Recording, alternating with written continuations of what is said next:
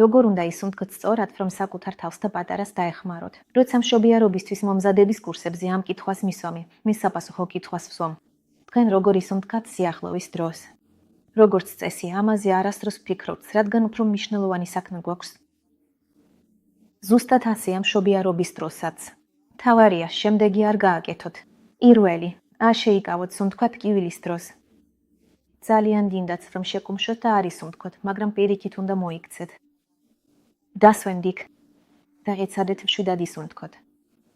მეორე, შიშისგან ბევრი იწყებს სუნთქვას როგორც ორთქლის მატარებელი. დიახ, ეს შეგაცდენთ შეგრძნებებისგან, მაგრამ მალე თავბრუსხოლა დაგეწყებას და დაიღლებით.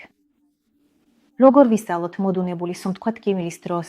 აი სწორედ ამას შეგიძლიათ ივარჯიშოთ ჯერ კიდევ მშობიარობამდე დიდი ხნით ადრე.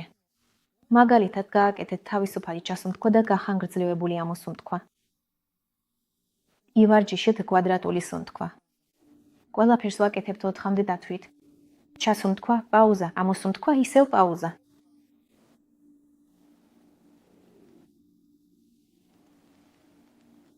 ცხენის სუნთქვა.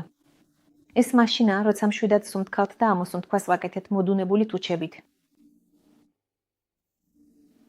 ასეთი სუნთქვა მხოლოდ მაშინ გამოგივათ, როცა სახის კუნთები მოდუნებულია. ტკივილის დროს ჩვენი ამოცანაა, რაც შეიძლება მშვიდად გადავიკანოთ ისინი. და ასეთი სუნთქვის ვარიანტები ჩვენთვის. ძალიან კარგად შეიძლება დაგვეხმაროს. ხოლო წვალების დროს უკვე დაგჭირდება სუნთქვის შეცვა.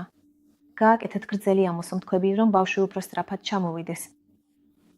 მჭიდროდ მოუჭირეთ მუშტი, რომ თითის შეყოფა ძლივს შეიძლებოდეს და ჩაბერეთ მასში. შეიძლება ბებიაქალი გთხოვთ, რომ წვალოთ. ამ შემთხვევაში ასე უნდა ისუნთქოთ. სუნთქეთ ღრმად, შეიკავეთ ჰაერი ყელისა და ხმისი ოგების მიდამოში. და დაიწყეთ ქვემოთ წვალება, თითქოს ბავშვს აწვევით. როცა ბავშვის თავი გამოჩნდება, ბებიაქალი გეტყვით, რომ ძაღლივიც უნდა ისუნთქოთ. ეს არის ზედაპირული, წყვეტილი სუნთქვა. ეს დაეხმარება ობის ქსოვილებს შეეჩვიონ და გაიწელონ. შემდეგ კი ყველაზე ძვირფასი ადამიანი თქვენს მუცელზე აღმოჩნდება.